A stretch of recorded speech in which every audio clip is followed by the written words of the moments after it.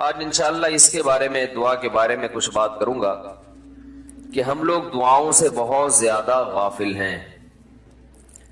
اللہ تعالیٰ نے قرآن مجید میں دعا کے بارے میں فرمایا ادعوا ربکم تضرعا وخفیا، اپنے رب کو پکارو عاجزی کے ساتھ اور چپکے سے۔ جیسے اللہ نے نماز کا حکم دیا، اللہ نے زکوٰۃ کا حکم دیا، بالکل اسی طرح سے اللہ نے مانگنے کا حکم بھی دیا ہے کہ ہم کس سے مانگیں؟ اللہ سے مانگیں، اور مانگیں یعنی اللہ کے علاوہ کسی اور سے نہیں مانگیں، اور اللہ سے بھی باقاعدہ مانگیں، مانگنے کا عمل جاری رکھیں۔ آج جہاں باقی عبادتوں میں سستی ہو رہی ہے، دعاؤں میں بھی لوگ پیچھے چلے جا رہے ہیں، مانگتے ہی نہیں ہیں، اور مانگتے ہیں تو پتہ نہیں کس اسٹائل سے مانگتے ہیں، توجہ نہیں ہوتی۔ اجتماعی دعاؤں پر زیادہ زور ہے، انفرادی پر زور نہیں۔ کہیں مجمع دعا مانگ رہا ہوتا تو ہاتھ اٹھا کے آمین آمین شروع کر دیں گے، بس ٹھیک ہے، وہ بھی جائز ہے، لیکن دعا میں جو اصل ہے وہ انفرادی ہے۔ دیکھیں، جب آپ کسی سے اپنی حاجت پوری کرنے کے لیے، کچھ مانگنے کے لیے جاتے ہیں تو اکثر آپ کی کوشش ہوتی ہے کہ اس سے اکیلے میں ملو۔ اکثر کوشش کیا ہوتی ہے؟ سب کے سامنے نہیں، بلکہ آپ اس کو لیں گے، بھائی تھوڑی دیر کے لیے ذرا مفتی صاحب آپ سے کام، ایسا ہی ہوتا ہے نا، ذرا چھاؤں میں آ جائیں تھوڑی دیر کے لیے۔ لوگ کہتے ہیں نا، مفتی صاحب کہہ رہے ہیں بھائی یہیں پوچھ لو، کہہ رہے ہیں ادھر سائڈ پہ آ جائیں، تو سائڈ پہ جانے کے بعد پھر آپ کہتے ہیں یہ مسئلہ ہے، فلانا مسئلہ ہے، ڈمکانا مسئلہ ہے۔ تو سائڈ پہ لے جانے سے بعض دفعہ یہ بھی ہوتا ہے کہ سب کے سامنے آدمی اپنی بات نہیں لانا چاہ رہا ہوتا، اور بعض دفعہ یہ بھی ہوتا ہے کہ میں اپنی بات توجہ کے ساتھ سنا سکوں۔ تو دعا میں انسان، اللہ تو سب کی بات سنتا ہے، مجمع میں بھی اور تنہائی میں بھی، لیکن آپ دعا مانگنے میں جو آپ کی طبیعت لگے گی، توجہ سے مانگو گے، وہ تنہائی میں زیادہ شوق سے، زیادہ رغبت سے مانگ سکتے ہو۔ اجتماع میں ایسی رغبت اور ایسی شوق سے انسان دعا نہیں مانگ سکتا۔ تو انفرادی دعائیں ہی ختم ہوتی جا رہی ہیں۔ قرآن مجید میں اللہ تعالیٰ نے رمضان کی جو آیتیں ہیں، ان آیتوں کے بعد ذکر کیا وَإِذَا سَأَلَكَ عِبَادِي عَنِّي فَإِنِّي قَرِيب، اے نبی ان سے کہہ دیجئے کہ جب یہ مجھ سے میرے بارے میں پوچھیں تو آپ ان کو بتا دیں کہ میں بہت قریب ہوں تمہارے۔ اجیب دعوت الداعی اذا دعان، جب کوئی پکارنے والا، دعا مانگنے والا مجھ سے دعا مانگے گا تو میں اس کی پکار کا جواب بولے بھائی، پکار کا جواب دوں گا۔ پکار کا جواب دینے کا مطلب کیا ہوتا ہے؟ قبول کروں گا اس کی دعا۔ جواب کا یہ مطلب نہیں کہ اچھا میں نے سن لیا ہے، چلو، ایک جواب تو یہ بھی ہوتا ہے نا، اچھا اب چپ ہو جا۔ ہم کسی کو پکار رہے ہیں، اگلا کہتا ہے اچھا بھائی ٹھیک ہے، پتہ چل گیا، اب چپ کر کے بیٹھ جاؤ آرام سے۔ تو اللہ تعالیٰ جب جواب دیتے ہیں تو کیا مطلب ہوتا ہے کہ اللہ تعالیٰ وہ دعا قبول کر رہے ہیں۔ ہم دعا کثرت سے مانگتے کیوں نہیں ہیں؟ اس کی وجہ یہ ہے کہ ہمارے ذہن میں ایک چیز شیطان نے بٹھا دی ہے کہ مانگو تب بھی ویسے کے ویسے ہی ہیں، نہیں مانگو تب بھی ویسے کے ویسے۔ وہ فلاں آدمی تو نہیں مانگتا، وہ تو پھر بھی اس کی تنخواہ اچھی مل رہی ہے، اور میں تو کئی سالوں سے دعائیں مانگ رہا ہوں، اے اللہ میری تنخواہ ڈبل نہیں کر سکتا تو کم از کم 50% ہی بڑھا دے، تو میں تو وہیں کا وہیں ہوں، میری تنخواہ میں تو کوئی اضافہ ہو نہیں رہا۔ تو ہم تو دیکھتے ہیں کہ ادھر دعا مانگو کچھ بھی نہیں ہو، سوائے ثواب کے کچھ بھی نہیں ملتا۔ یہ وہ چیز ہے جو انسان کو دعاؤں سے روکتی ہے۔ حالانکہ ہم پیغمبروں کی زندگی دیکھتے ہیں تو بات بات پر دعائیں مانگتے تھے، بہت کثرت سے، بہت زیادہ۔ نوح علیہ السلام، اچھا اللہ نے ان کی دعاؤں کو قرآن میں ذکر بھی کیا ہے۔ مناجات مقبولہ ایک دعاؤں کی کتاب ہے۔ حضرت مولانا اشرف علی تھانوی رحمہ اللہ تعالی نے قرآن اور حدیث کی دعاؤں کو ایک چھوٹی سی کتاب میں جمع کر کے ایک ہفتے پہ ڈیوائیڈ کر دیا اس کو، کہ آپ روزانہ ان میں سے ایک حصہ پڑھیں گے تو پورا ہفتے میں وہ تقریباً تمام دعائیں کور ہو جائیں گی جو قرآن و سنت میں بیان کی گئی ہیں. وہ کتاب ضرور خریدیں, رکھیں اپنے پاس, مناجات مقبولہ کے نام سے. تو ہم دعا کیوں نہیں مانگتے؟ مسئلہ ہمارے ساتھ یہ ہے کہ ہم کہتے ہیں کہ جو مانگتا ہے وہ بھی وہینچ کا وہینچ, اور جو نہیں مانگتا ہے وہ بھی کوئی سرخاب کے پر تو لگ نہیں جاتے کوئی مانگ رہا ہو تو. یہ وہ مسئلہ ہے جس کی وجہ سے لوگ دعائیں مانگنے میں بخل سے کام لیتے ہیں, جبکہ پیغمبر کثرت سے دعائیں مانگا کرتے تھے, بہت زیادہ. جو پچھلی آسمانی کتابیں ہیں ان میں لکھا ہوا ہے کہ یعقوب علیہ الصلوۃ والسلام اتنی کثرت سے دعائیں مانگا کرتے تھے کہ سجدے میں جا کے کہ ان کے یہ جو گھٹنے ہیں اور سر میں سخت نشان بن چکے تھے, وہ جگہ زمین پہ لگ لگ کے سخت ہو جاتی ہے نا, تو اتنی کثرت سے دعائیں. ہم نے جن بزرگوں کے ساتھ ٹوٹا پھوٹا وقت گزارا ان کو دیکھا کہ وہ دعا بہت لمبی لمبی دعائیں مانگا کرتے تھے, بہت لمبی. ہمارے شیخ کے سامنے جب کوئی آیا کرتا تھا دعا کے لیے کہتا تو ہاتھ اٹھائے بغیر ویسے ہی اس کو ایک دعا کا جملہ کہہ دیا کرتے تھے. تو کسی نے کہا کہ آپ ہاتھ اٹھا کے اس کے لیے دعا کیوں نہیں مانگتے؟ تو فرماتے تھے کہ جب میں ایک دفعہ ہاتھ اٹھا لیتا ہوں تو پھر اتنی آرام سے نیچے گراتا نہیں, کیونکہ پھر اللہ کے دربار میں اب ہاتھ اٹھا لیے تو پھر تو ایسا ان کا دل لگتا تھا, مانگتے چلے جاتے تھے. تو بات یہ ہے کہ جب یہ یقین پیدا ہو جائے کہ جس خالق نے ہمیں پیدا کیا ہے اور جس نے ہمیں مانگنے کا حکم دیا ہے اس کے سامنے جب ہاتھ اٹھا کے گڑ گڑائیں گے تو وہ تھوڑا نہیں دیکھ, وہ دعا لازمی قبول کرے گا, اور وہ لازمی ہماری مانگی ہوئی چیزیں ہمیں عطا کرے گا. یہ جذبہ اور یہ نیت جب انسان میں پیدا ہو جائے تو پھر اس کا دعاؤں میں دل لگتا ہے. کیسے نہیں لگے گا؟ آپ سوچیں کہ آپ کو کوئی بتا دے کہ یہ جو سیٹھ صاحب ہیں بہت بڑے, آپ جا کے ان سے مانگو, یہ ٹائم نکال کے بیٹھے ہوئے ہیں, جتنا مانگو گے جو مانگو گے یہ دیں گے. تو اب آپ بتاؤ, آپ یہ کہو گے کہ میرے پاس مانگنے کا ٹائم نہیں ہے, ایسے موقع پہ آپ یہ کہو گے؟ آپ جائیں گے اور بسم اللہ کر کے شروع ہو جائیں گے. آپ بولیں گے سر یہ مجھے 10 فائلیں چاہیے بحریہ ٹاؤن کی. آپ سوچو گے 10 نہیں ملی تو 9 تو مل جائیں گے. سر مجھے یہ بھی چاہیے, مجھے یہ بھی چاہیے, مجھے یہ بھی چاہیے, اور آپ کو یقین ہو کہ یہ دے رہے, تو آپ کبھی بھی کنجوسی سے کام نہیں لو. پھر آپ یہ نہیں کرو گے کہ آپ مانگتے ہوئے جو ہے نا اس سے آپ جب مانگ رہے ہو تو آپ کی کبھی ادھر دیکھ رہے ہو, کبھی ادھر دیکھ رہے ہو, کبھی ناک میں انگلی گھما رہے ہو, کبھی سر میں کھجا رہے ہو. کوئی آ کے اس دوران آپ کو چھیڑے گا تو آپ کہو گے یہاں سے دفع ہو جاؤ, میں کام کر رہا ہوں. ایک بندہ سخاوت جوش میں آیا ہوا ہے ابھی اور فائلیں بحریہ ٹاؤن کی فری میں بانٹ رہا ہے. اس نے کہا بھائی جتنی مانگو گے دے دوں گا اور جو مانگو گے دے دوں گا, تو ابھی تو میرے پاس ٹائم کم ہے, مقابلہ بہت سخت ہے. اور پھر اس میں آپ کو الفاظ بھی خود بخود آ جائیں گے, کس طرح سے سمجھانا ہے. مختلف طریقوں سے آپ بات کو گھماؤ گے. سر پلیز آپ بات کو سمجھا کریں, میں آپ کے پاس آیا ہوں, آپ کو پتا ہے میں ادھر بھی جا سکتا تھا, وہ وسیم کباڑیا کا بزنس بھی آج کل بہت چل رہا ہے, میرے پرانے اچھے تعلقات ہیں, لیکن مجھے پتا تھا کہ آپ ہیں, آپ جیسا سیٹ تو کوئی ہے ہی نہیں, اور ہر مشکل میں آپ نے میری مدد کی ہے. جو الفاظ بھی اس کی سخاوت کو ابھارنے والے ہوں گے وہ تمام آپ اس موقع پر اس کے اوپر انڈیل دو گے, پورا دیگچا بھر کے اس کے اوپر ڈال دو گے آپ.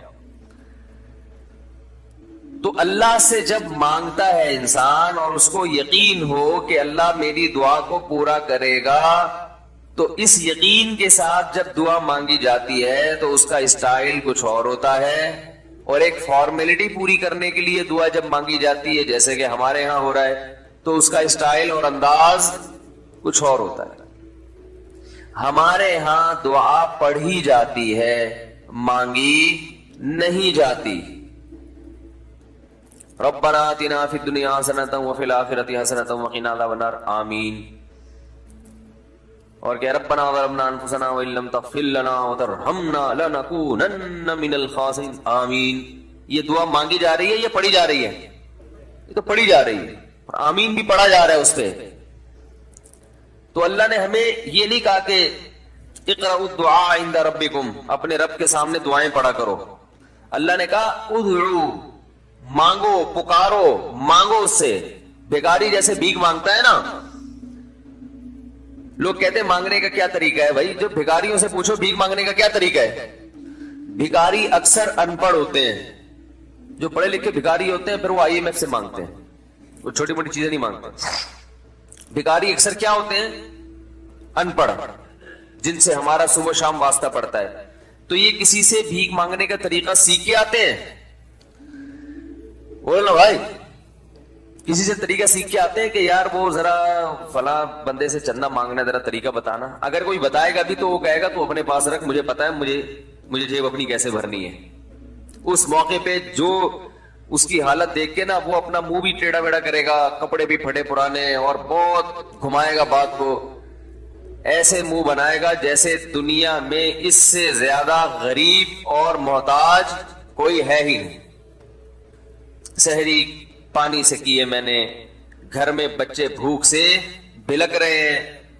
ایسی کہانیاں سنائے گا، ایسی کہانیاں سنائے گا.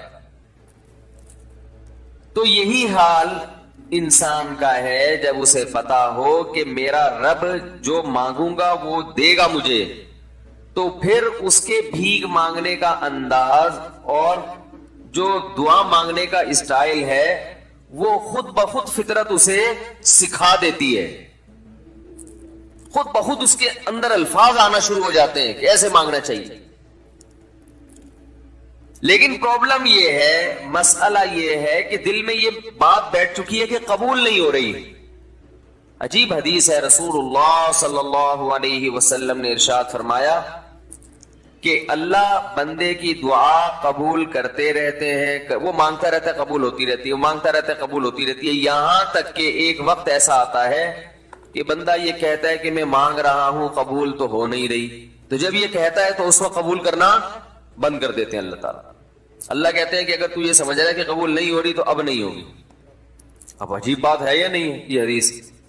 بھائی وہ بندہ کئی سال سے دعائیں مانگ رہا تھا اور پھر آخر میں آ کے کہتا ہے کہ قبول تو ہو نہیں رہی، تو ظاہر ہے کچھ نہیں ہو رہی ہوگی تبھی تو کہہ رہے ہیں نا.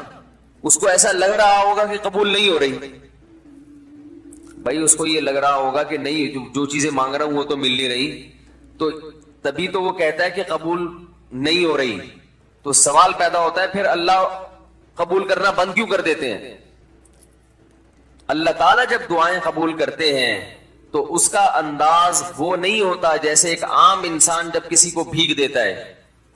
ایک عام فقیر جب آپ کے پاس آئے گا، آپ سے بھیک مانگے گا، 100 روپے دے دو، 20 روپے دے دو، آپ اٹھا کے 100 نہیں تو 10-20 تو پکڑا دیتے ہیں اس کو. تو وہ یہ سمجھتا ہے کہ میری دعا کیا ہو گئی؟ قبول. لیکن اللہ تعالیٰ اس طرح دعا نہیں قبول کرتے. اگر اللہ اس طرح سے دعائیں قبول کرنا شروع کر دیں تو پھر یہ معاملہ غیب کا نہیں رہے گا. ادھر آپ نے دعا مانگی، اے اللہ میرے کاروبار کو بڑھا دے، لیلۃ القدر میں رو کے دعا مانگی، اور صبح صادق کے وقت آپ کا فون آیا کہ آپ کا کنٹینر کسٹم والوں کے شر سے محفوظ ہو گیا ہے، سمجھ میں پاس ہو گیا ہو، اور آپ کی چیز ڈبل قیمت پہ بک گئی ہے. پھر آپ نے دعا مانگی، اے اللہ تیری رحمت اس وقت جوش میں آئی ہوئی ہے، تو ایسا کر میرا بچہ بھی پاس ہو جائے، اس کے نمبر اچھے آ جائیں. ادھر فون آیا کہ آپ کا بچہ پہلی پوزیشن سے کامیاب ہو. پھر آپ نے کہا آج اللہ کی رحمت بہت جوش میں آئی ہوئی ہے، اے اللہ میری بیوی بھی ٹھیک ہو جائے. تو بیگم صاحبہ کا فوراً فون آ گیا کہ میں ٹھیک ہو گئی ہوں. ہے بھائی میں ٹھیک ہو گئی. اے اللہ ساس صاحبہ بہت دنوں سے آگے بیٹھی ہوئی ہیں، جانے کا نام نہیں لے رہی، فون آ گیا کہ میں چلی گئی. اس طرح سے اگر دعائیں قبول ہونا شروع ہو جائیں تو میرے بھائی پھر یہ سارے کافر، یہ سارے لبرل لوگ جو اللہ کو مانتے ہی نہیں ہیں، یہ دنیا کا ہر کام چھوڑ کے مصلی بچھا لیں گے اور دعاؤں کو فوکس کرنا شروع کر دیں گے. دعا قبول ہوتی ہے مگر اس شخص کی جو اللہ پر غیب پر ایمان رکھتا ہے، جسے دعا قبول ہوتی ہوئی نظر نہیں آتی مگر وہ یقین کرتا ہے کہ دعا قبول ہو رہی ہے. صرف اس شخص کی دعا قبول ہوتی ہے، اس کے علاوہ کسی کی قبول نہیں ہوتی. بہت مشکل ہے بھائی سمجھانا، دعا سب کی قبول ہوتی ہے کا مطلب پتہ ہے؟ سب کی مطلب ان سب کی کہ جو یہ یقین رکھتے ہیں کہ قبول ہوتی بھی نظر نہیں آ رہی پھر بھی قبول ہو رہی ہے، ان لوگوں کی قبول ہوتی ہے دعا. حدیث سے پتہ چلتا ہے. اور اصل میں دعا مانگتے ہی یہی لوگ ہیں. اب آپ کہیں گے بھائی نظر تو آ نہیں رہی، جب میں جو چیز مانگ رہا ہوں وہ مل نہیں رہی، تو کیا ایسے قبول کا کرنا کیا ہے بھائی؟ یہ تو پھر مشورے مل رہے ہیں ہمیں کہ پھر بھی مانگتے رہو. تو ہم نے وہ ایک فقیر تھا نا، ایک سیٹھ صاحب کے پاس آیا، کہنے لگا کہ بھائی ذرا کچھ پیسے مل جائیں گے، گھر میں ضرورت ہے. تو اس نے کہا اتنے ہٹے کٹے ہو کے بھیک مانگتے ہو، شرم نہیں آتی؟ تو اس نے کہا فی الحال میں نے آپ سے بھیک مانگی ہے، مشورہ نہیں مانگا. جب مشورہ مانگوں تو اس وقت مشورہ دے دینا کہ بھیک مانگنا میرے لیے مناسب ہے یا نہیں ہے بھائی. ابھی میں آپ سے پیسے مانگ رہا ہوں، مشورے کے لیے پھر کوئی اور ٹائم انشاءاللہ رکھ لیں گے، اس میں آپ سے مشورہ لوں گا کہ میرے جیسے آدمی کو بھیک مانگنا مناسب ہے یا نہیں. تو آپ کے ذہن میں بھی یہ خیال آ رہا ہوگا کہ ہم اللہ سے دعا مانگتے ہیں اور اللہ کی طرف سے جو چیز جو ہم مانگ رہے ہیں وہ تو مل نہیں رہی، بلکہ اللہ کی طرف سے مشورے مل رہے ہیں کہ مانگتے رہو قبول ہو رہی ہے، تو ہوتی بھی تو نظر نہیں آ رہی. کیا خیال ہے بھائی؟ ہوتی قبول ہوتی بھی نظر تو نہیں آ رہی. تو یاد رکھیں دعا تو لازمی قبول ہوتی ہے. اگر آپ کو قبول ہوتی بھی نظر نہیں، دعا قبول ہونے کے انداز مختلف ہیں. اللہ تعالیٰ کے جس طرح سے قبول کرتے ہیں نا، وہ عام لوگوں کی طرح نہیں آپ کو چیزیں پکڑا دیتے، یہ تو غیب سے معاملہ ختم ہو جائے گا. اللہ کی حکمت کا تقاضا یہ ہے کہ اس طرح سے قبول کروں کہ قبول ہو مگر اس کو پتا نہ چلے، کیونکہ وہ اللہ کا دربار ہے، اس کی کچھ قیمت ہے کہ وہ ہر ایک کو مانگنے کی توفیق نہیں دیتا. بھائی آپ نے کبھی دیکھا کہ کوئی سیٹ ایسی دکان کھول کے بیٹھ جائے کہ آؤ جو مانگو میں دوں گا؟ ایسے تو کیا ہوگا کہ پورا نظام خراب ہو جائے گا نا. پھر آپ 10 فائلیں تھوڑی مانگیں گے، پھر تو آپ کہیں گے پورا بحریہ ٹاؤن میرے حوالے کر دو، پھر تو آپ یہ کریں گے نا. یہ تو میں نے ایک مثال دی تھی. عملاً ایسا نہیں ہوتا. عملاً وہی آ کے بیٹھے گا اور وہی آپ کو پیشکش کرے گا کہ اس کے کچھ اصول اور ضابطے ہوں گے، ان قواعد پہ آپ پورے اترتے ہوگے تو آپ کو وہ گھسنے دے گا. اللہ کے بھی کچھ اصول اور ضابطے ہیں، ساری دعائیں قبول کرے گا، جو مانگو گے صرف اتنا نہیں بلکہ بڑھا کے دے گا. لیکن اصول یہ ہے کہ اللہ کہتے ہیں کہ جب میں دوں گا تو نظر نہیں آئے گا، مگر یقین رکھنا ہے کہ کیا کر رہا ہوں، میں دے رہا ہوں، پھر دیتا رہوں گا. پھر بات وہیں آگے کھڑی ہو جاتی ہے کہ ایسے دینے کا کیا فائدہ کہ ہماری سمجھ میں نہیں آ رہا کہ پتہ نہیں کیسے دے رہا ہے اللہ تعالیٰ. تو یاد رکھیں اللہ تعالیٰ کے دینے کا انداز تھوڑا مختلف ہے. وہ کیا ہے؟ بعض مرتبہ جو چیز مانگ رہے ہوتے ہیں اللہ وہی چیز آپ کو دے دیتا ہے، اور ایسا بھی ہوتا ہے. ہمیشہ ایسا تو نہیں ہوا ہوگا کہ جو چیز مانگی اور نہیں ملی ہو. کئی بار ایسا ہوا ہے کہ جو مانگا وہ اللہ نے دے دیا، فوراً مسئلہ حل ہو گیا. بعض دفعہ بلکہ اس سے بھی پہلے کا اسٹیپ، بسا اوقات تو آپ دعا مانگ ہی نہیں رہے ہوتے، آپ اس کو دعا سمجھ رہے ہوتے ہو، لہذا اس میں وہ جان ہوتی نہیں ہے، تو قبولیت کا پھر سوال ہی پیدا نہیں ہوتا. آپ دعا پڑھ رہے ہوتے ہو، مانگ رہے نہیں ہوتے. تو اللہ نے تو دعائیں قبول کرنے کا کہا ہے، دعائیں پڑھنے پر کہا ہو، وعدہ کیا ہو، ایسا ہمارے علم میں کوئی حدیث نہیں ہے. دیکھیں یونس علیہ السلام جب مچھلی کے پیٹ میں تھے تو یونس علیہ السلام کو اپنی خطا کا احساس ہوا کہ میں اللہ کی پرمیشن کے بغیر اپنی قوم کو چھوڑ کے آ گیا ہوں. ان کو احساس ہو گیا، تبھی اللہ نے مجھے مچھلی کے پیٹ میں ڈال دیا ہے.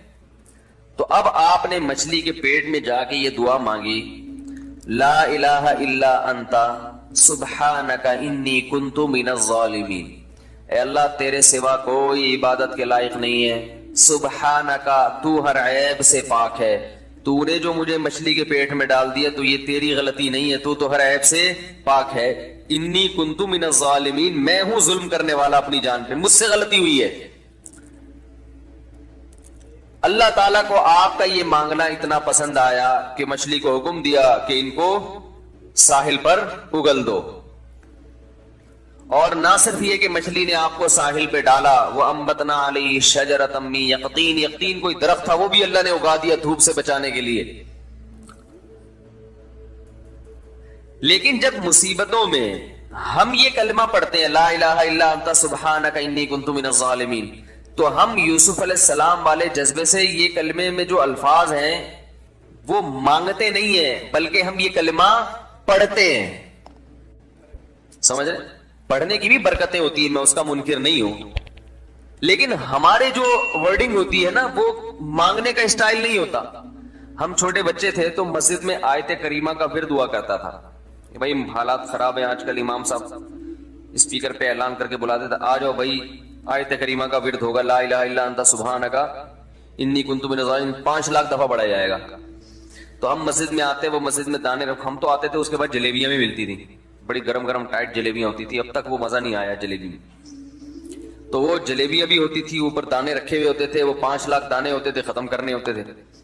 تو پھر ہم کیا کریں، لا الہ الا انت سبحانک انی کنت من الظالمین، لا الہ الا انت سبحانک. اس میں فراڈ نہیں کرتے تھے، پڑھتے پورا تھا الحمدللہ. بعض لوگ تو کیا کرتے تھے، ایک مٹھی لی لا الہ الا انت سبحانک انی کنت من الظالمین، پھونک مارا اور سائڈ پہ رکھ دیا. وہی ڈرامے بھی ہوتے تھے، لیکن ہم پورا ہی پڑھتے تھے. لیکن اس میں مانگنے کا انداز تو نہیں ہوتا تھا، لا الہ الا انت سبحانک انی. پھر اس میں بچے تھے، شرارت بھی شروع ہو جاتی تھی. پھر دیکھ رہے کوئی ادھر دیکھ رہا ہے تو ایک دانہ اٹھایا، لا الہ الا انت سبحانک انی کنت من الظالمین، یوں کر کے اس کی ناک پہ مارا ہے. کوئی ادھر دیکھ رہا ہے تو اس کی جیب میں ڈال دیا. تو یہ دعا مانگی جا رہی ہے، یہ تو پڑھی جا رہی ہے، ایک فارمیلٹی ہے کہ 5 لاکھ پورے کرنے، اس کے بعد جلیبی کھانا ہے اور نکلنا ہے. تو آج بھی ایسا ہی ہو رہا ہے. امام صاحب دعا مانگتے ہیں، لوگ کہتے ہیں یار چلو جب نماز پڑھ لی، 4 رکعتیں پڑھ لی، سلام بھی پھیر لیا، تو اس میں کیا جا رہا ہے، یہ بھی پورا ہی کر لو.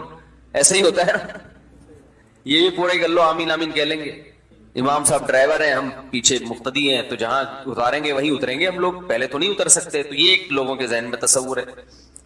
نبی صلی اللہ علیہ وسلم نے فرمایا اللہ ظاہر قلب کے ساتھ دعا کی طرف توجہ نہیں دیتے. ظاہر قلب کا مطلب آپ کا دل حاضر نہیں ہو، کچھ اور سوچ رہے ہو، اور ادھر سے آپ نے ویسے ہی ایک فارمیلٹی پوری کرنے کے لیے. اللہ کہتے ہیں کہ جب تو مانگنے میں مخلص نہیں ہے تو میں تجھے کیوں دوں. تو مانگنے میں ہی مخلص نہیں ہے. تو بعض دفعہ بلکہ اکثر ایسا ہوتا ہے کہ ہماری دعا میں جان ہی نہیں ہوتی. آدم علیہ السلام کو جب جنت سے نکالا گیا تو پریشان تھے، بے چین تھے، مضطرب سے، میں کیا کروں کہ اللہ مجھ سے خوش ہو جائے.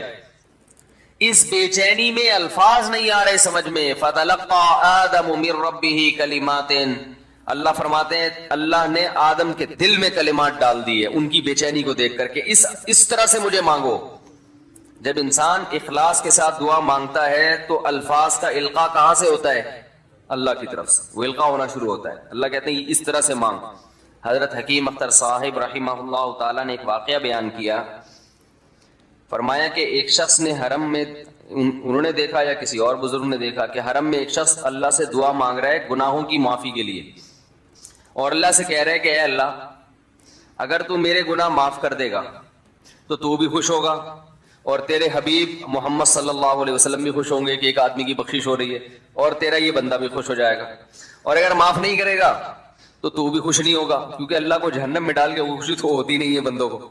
اور تیرے حبیب محمد صلی اللہ علیہ وسلم کو پتا چلے گا وہ بھی خوش نہیں ہوں گے، اور میں بھی خوش نہیں ہوں گا. شیطان خوش ہوگا جو تیرا دشمن ہے. اب خود سوچ لے تو اپنے دشمنوں کو خوش کرنا چاہتا ہے، یہ اتنے سارے ہیں، وہی اتنے سارے دوست ہیں تیرے، ان کو ناراض کر کے تو خوش کس کو کر رہا ہے؟ اپنے تو جو تیرا بھی دشمن ہے، میرا بھی دشمن، اور تیرے حبیب محمد صلی اللہ علیہ وسلم کا بھی دشمن ہے. تو دیکھو کیسے الفاظ ہیں اس کے. تو ایسا کہ بظاہر بخشش کے علاوہ کا آپشن چھوڑا ہی نہیں. کیا خیال ہے؟ حجاج ابن یوسف بڑا ظالم تھا، بڑا ظالم. موت کا جب وقت آیا تھے یہ لوگ ایمان والے، چاہے ظالم تھے، بدعمل تھے، لیکن اللہ پر ایمان بہرحال رکھتے تھے. ان کو پتا تھا کہ میں غلط کر رہا ہوں. جب موت کا وقت آیا تو کہنے لگا کہ اے اللہ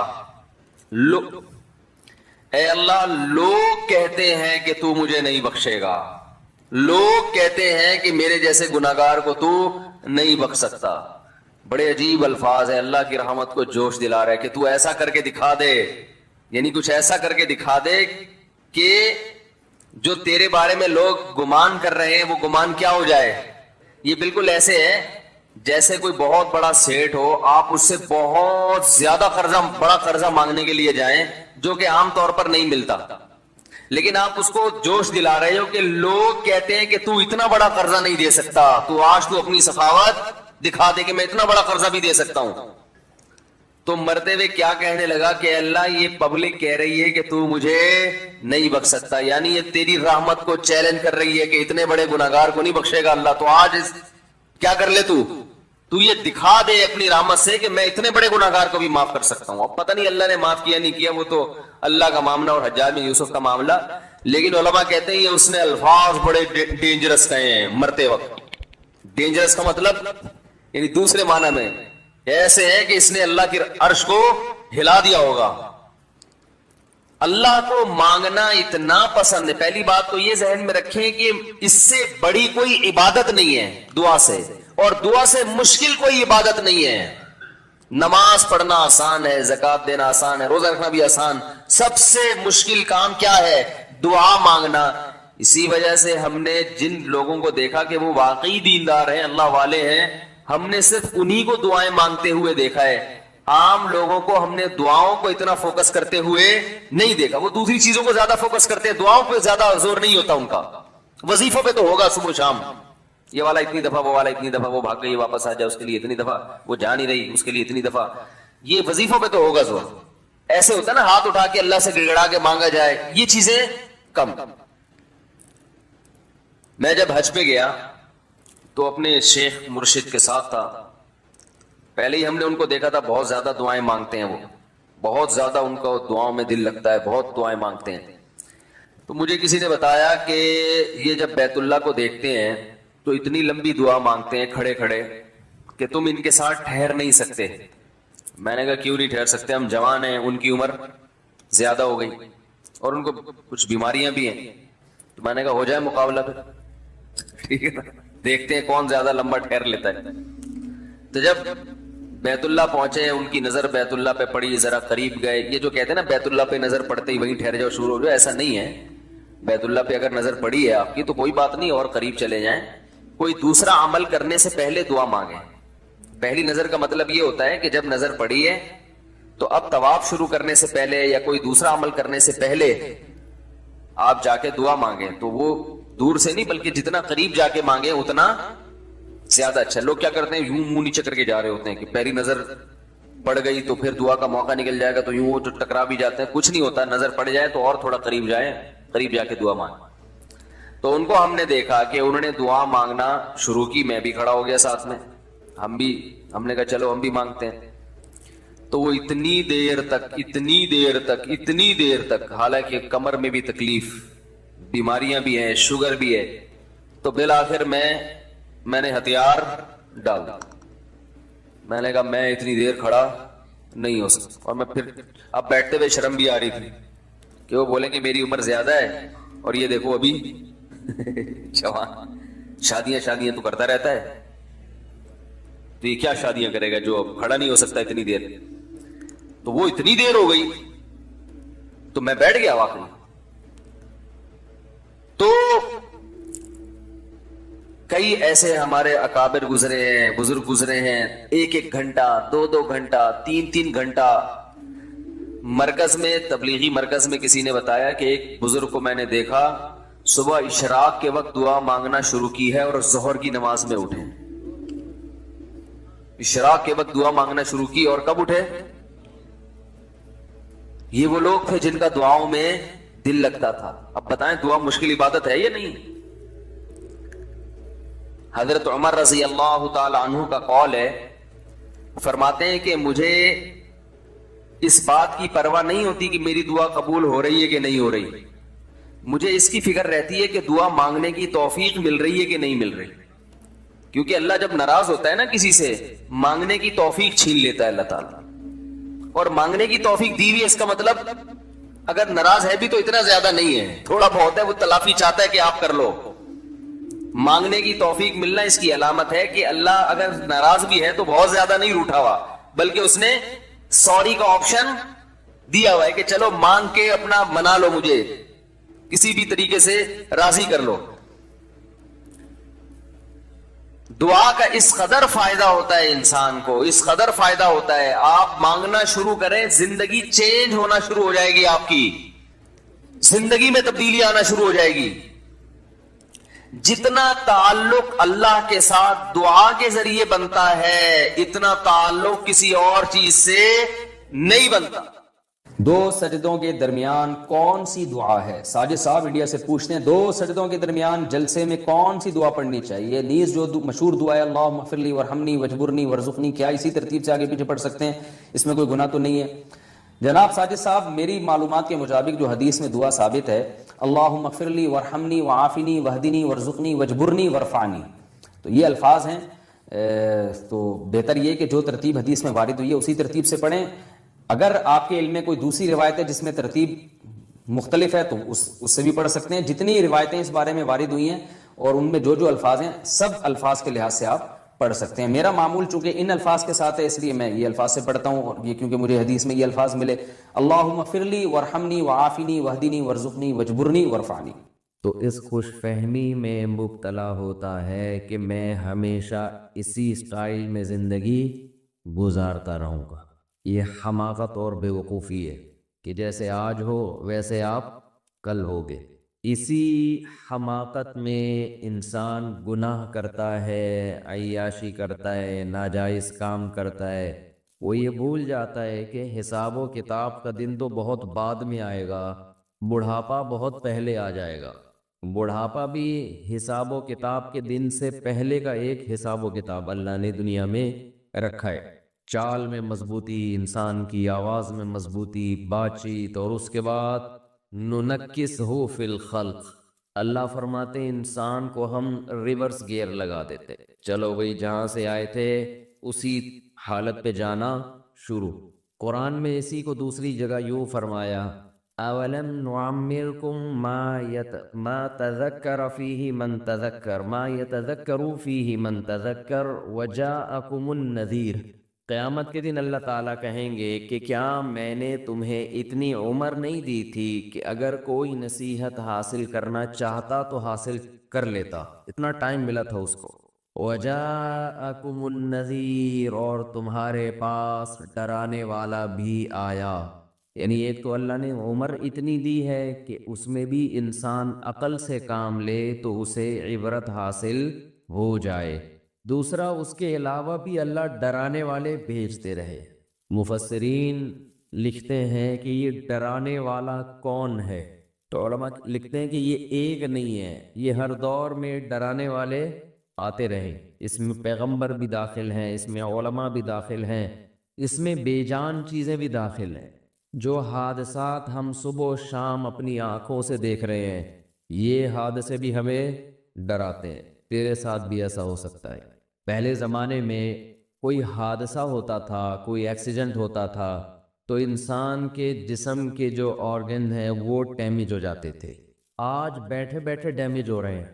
پہلے اطلاع آتی تھی کہ فلاں بہت صحت مند ہے، کوئی بیماری نہیں ہے، لیکن پہاڑ سے کوئی پتھر ہوا لڑکا، وہ اس پہ لگ گیا، چلتے چلتے کوئی ٹکرا گیا، کوئی قتل کر دیا کسی نے، یہ ہو گیا وہ ہو گیا.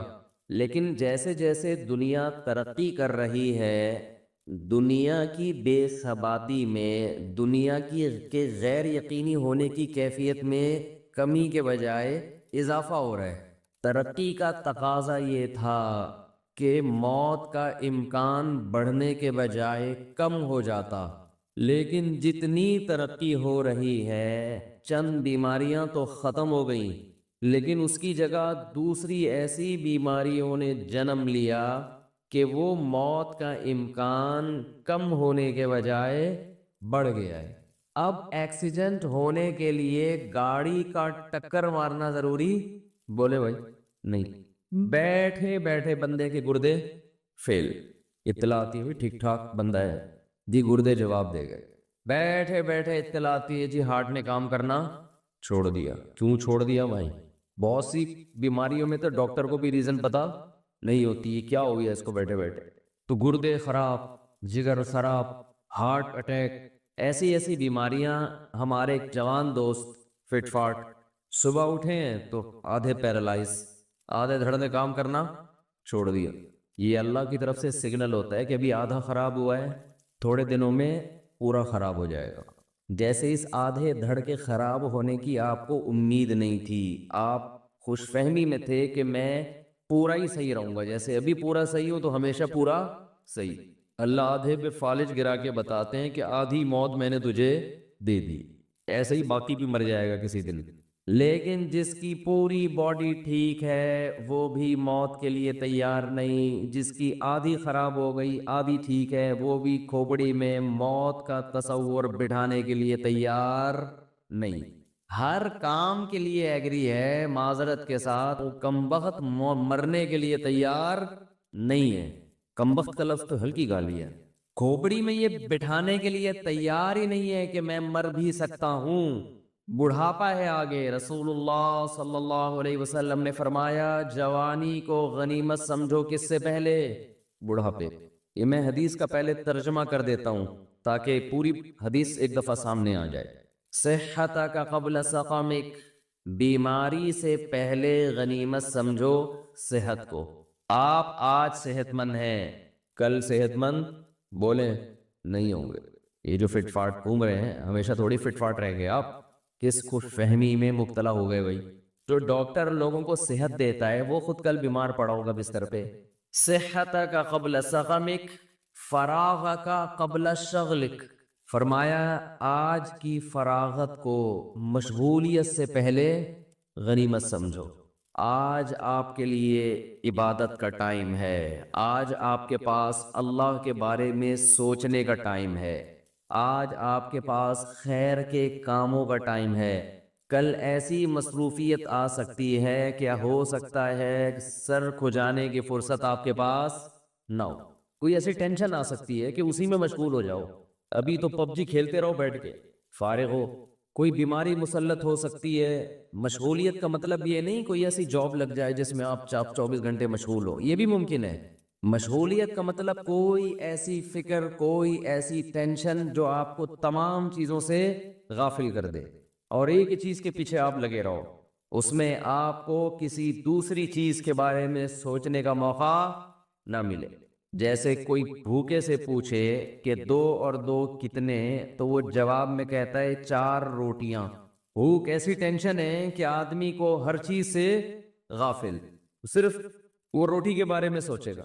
تبھی میں رمضان میں عصر کے بعد بیان بولو نہیں کرتا، مجھے پتا ہے اس وقت ان کا دماغ خالی نہیں ہے، ان کے دماغ میں پکوڑے اور سموسے گھسے ہوئے ہیں، ان کو سمجھائیں گے سمجھ میں نہیں آئے گا۔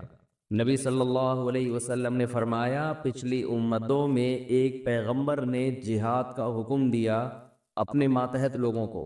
لڑائی اتنی سخت تھی، اتنی سخت، مسلمان کمزور تھے، دشمن بہت طاقتور، تو ان پیغمبر نے حکم دیا کہ جس شخص کی نئی نئی شادی ہوئی ہے اس کو ہمارے ساتھ جانے کی اجازت نہیں ہے۔ کیوں؟ وہ میدان میں بہادری سے لڑے گا نہیں، اس کا دل اٹکا رہے گا۔ یہ مثال ہے کہ انسان کے سامنے کوئی بھی آپ نے اس کو ویژن دینا ہے، کوئی بھی بات اس کے دماغ میں اتارنی ہے تو خالی ذہن ہونا ضروری ہے۔ کھوپڑی میں کچھ بھی اگر اس کے گھسا ہوا ہوگا تو وہ آپ کی بات غور سے بولو بھائی نہیں سنے گا۔ یہ کھوپڑی جو ہے نا، یہ ایک ہی ٹائم پہ 2 جگہ مشغول نہیں ہوتی۔ بھوک لگ رہی ہے اور آپ اس کو کچھ بٹھا کے سمجھا رہے ہیں، سمجھ میں نہیں آئے گا۔ لوگ مجھے کہتے ہیں رمضان میں، ابھی تو گزر گیا رمضان میں جا کے آپ بیان کریں۔ میں کہتا ہوں بھائی رات کو بیان کروں گا، دن میں بیان نہیں کروں گا۔ لوگوں کی حالت دیکھی نہیں جا رہی ہوتی، دن کے اندر دیکھ عجیب اسٹائل میں بیٹھے ہوئے ہوتے ہیں، منہ سے نہیں بول رہے ہوتے ہیں، بزبان حال کہہ رہے ہوتے ہیں پکوڑے لے کر آئے ہو جیب میں کہ نہیں لے کر آئے ہو، بس۔ اور میں کہتا ہوں نا، جو افطاری کے ٹائم پہ آپ کسی کے آگے سے ایک سموسہ ہٹا کے دکھائیں، آپ دیکھیں اس کی کیفیت کیا ہوتی ہے، یہ انسانی فطرت ہے۔ تو آپ صلی اللہ علیہ وسلم نے فرمایا فراغک قبل شغلک، ابھی اللہ نے فراغت دی ہے، دماغ آپ کا بہت ساری چیزیں سیکھ سکتا ہے، بہت سارے کام مثبت کر سکتا ہے۔ اس خوش فہمی میں مت رہنا کہ دماغ ہمیشہ ایسا ہی فارغ رہے گا۔ آپ نے اس فراغت کو پب جی میں لگا دیا، آپ نے اس فراغت کو فضول محفلوں میں ضائع کر دیا، تاش کھیلنے میں، سنوکر میں ضائع کر دیا، تو ایک ٹائم آنے والا ہے آپ ٹائم کو ترسو گے، کاش میرے پاس ٹائم ہو اور میں یہ کر لوں، میں یہ کر لوں اور میں یہ کر لیتا۔ اکثر میں نے وہ لوگ جنہوں نے سچی توبہ کی ہے گناہوں سے، یا وہ غیر مسلم جنہوں نے اسلام قبول کیا ہے، اکثر ان کو میں نے جتنا اس بات پہ تڑپتا دیکھا ہے کہ کاش جو وقت گزر گیا وہ واپس آ جائے، اتنا کسی اور بات پہ ان کو میں نے تڑپتا ہوا نہیں دیکھا کہ ہم دیر سے آ رہے دین کی طرف۔ یہ جو ہمارا نقصان ہو گیا، اس میں ہم بہت کچھ کر سکتے تھے، کاش یہ عقل ہمیں کچھ دن پہلے آ جاتی، کاش یہ عقل ہمیں کچھ دن پہلے آ جاتی، بہت کچھ کر لیتے۔ ایک غیر مسلم 40 سال میں اسلام قبول کرتا ہے، اس کے دل میں ہوگا نا میں 20 سال میں کر لیتا تو میں دین کے علم میں عبور حاصل کر لیتا۔ میں نے ایسے لوگ بھی سنے دیکھے ہیں کہ اسلام قبول کیا اور قرآن حفظ کرنے میں لگ گئے۔ ابھی ایک گورا مسلمان ہوا ہے جس کا میں نے انٹرویو بھی ڈالا یوٹیوب پہ، حفظ قرآن میں لگا ہوا ہے کہ قرآن حفظ ہو جائے، اس کی تو تڑپتا ہوگا نا کاش میں پہلے مسلمان ہو جاتا۔ اور وہ ہے بھی امریکن فوجی، افغانستان میں لڑنے کے لیے گیا تھا، وہاں ریٹائر ہوا، اسلام قبول کیا، اور ادھر میرا خیال ہے یہاں بھی، ادھر بھی ایک دن ہم نے گھومتا ہوا دیکھا تو کوئی لے کر آیا اس کو، یہاں اتنی بڑی داڑھی ماشاءاللہ، شلوار قمیص پہنے ہوئے۔ میں سمجھا کوئی ہمارے کے پی کے پٹھان بھائی ہیں، نیا ہوٹل کھولا انہوں نے یہاں پہ، تو ہم نے کہا ٹرائی کریں گے، چائے وائے جا کے پیئیں گے۔ پتہ چلا بھائی یہ تو اردو آتی نہیں، تو امریکن ہے، قد بھی ماشاءاللہ۔ اور عجیب بات دیکھو، میں آپ کو بتاؤں، میں پینٹ شرٹ کے خلاف نہیں ہوں، میں نہیں کہتا کہ گناہ ناجائز ہے، نہ، لیکن انسان جب سچے دل سے توبہ کرتا ہے تو وہ غیروں کی ہر چیز چھوڑنے کی کوشش کرتا ہے۔ یہ میں نے بہت انگریز دیکھے ہیں، مسلمان ہوئے تو پینٹ شرٹ چھوڑ دی انہوں نے، حالانکہ ان کو کسی نے نہیں کہا کہ یہ کیا ہے، جائز ہے ناجائز، انہوں نے کہا اس بحث میں چھوڑو یار، جائز ناجائز سب کچھ چینج کرو۔ میں نے خود دیکھے ایسے گورے، ادھر کنورٹ ہوئے، جبہ پہن لیا عربوں والا، شلوار قمیص پہن لی پاکستانیوں جیسی، تو اس کی یوٹیوب پہ ویڈیو پڑی ہوگی، آپ دیکھ سکتے ہیں، اس کا میں نے گورے کا انٹرویو لیا تھا، شلوار قمیض۔ میں پھر کہہ رہا ہوں کہ پینٹ شرٹ حرام ناجائز نہیں ہے، لیکن یہ انسان جب سچی توبہ کرتا ہے نا، جب وہ آتا ہے تو کہتا ہے بس اس کی ہر چیز چھوڑو، ہر چیز چھوڑو۔ ایک انگریز مسلمان ہوا ماشاءاللہ، یہ 25 سال پرانی بات بتا رہا ہوں، ہمارے مدرسے میں تھا، وہ عربی لباس اس کا، اور بڑی لمبی لمبی نمازیں پڑھتا تھا، ہم اس کی نماز دیکھ کر شرمندہ ہوتے ہیں کہ یار اتنی تمیز سے نماز پڑھتا ہے۔ اس پر اکثر مجھے ایک واقعہ یاد آتا ہے، ایک انگریز مسلمان ہوا تو بڑی تمیز سے نماز پڑھتا تھا، اس نے کسی پاکستانی سے پوچھا یار تمہاری 2 منٹ میں نماز ختم ہو جاتی ہے؟ پاکستانی چپ تو رہ نہیں سکتا، پاکستانی نے کہا اصل میں ہمارے اللہ سے پرانے تعلقات ہیں، تمہارا بھی نیا نیا کنیکشن بحال ہوا ہے، تمہیں کنیکٹ ہونے میں ٹائم لگتا ہے، ہماری پرانی سروس، ادھر اللہ اوبر کا کنیکشن بحال ہو گیا، ادھر سلام پھیر کے نکل لیے، تو ابھی نئے نئے آئے ہو، بے وقوف، یعنی مطلب ہے کہ بے وقوف آدمی اتنی لمبی لمبی نمازیں پڑھ رہے ہو، اتنا ٹائم لگتا ہے تمہیں اللہ سے نمبر ڈائل کرنے میں، ہماری لائن فوراً مل جاتی ہے، تو وہ اتنی لمبی نماز، اتنی لمبی نماز۔ تو میں نے ایک دن اس کو بٹھا لیا، تھوڑا اس سے ماضی پوچھا، کیسے مسلمان ہوئے، یہ اس سوال کا جواب تو اس نے دے دیا کہ جی کیسے مسلمان ہوا، اسٹڈی کی میں نے، اسلام کو پڑھا سمجھا، پھر امریکہ میں یا یو کے کا تھا میرا خیال ہے، کسی عالم کوئی مفتی تھے ان کے ہاتھ پہ جا کے انہوں نے بھی تھوڑا گائیڈ کیا، اس کو مسلمان ہو گیا۔ تو میں نے پھر اس سے پوچھا کہ پہلے آپ کیا کرتے تھے، یعنی اسلام سے پہلے آپ کیا لائف اسٹائل تھا؟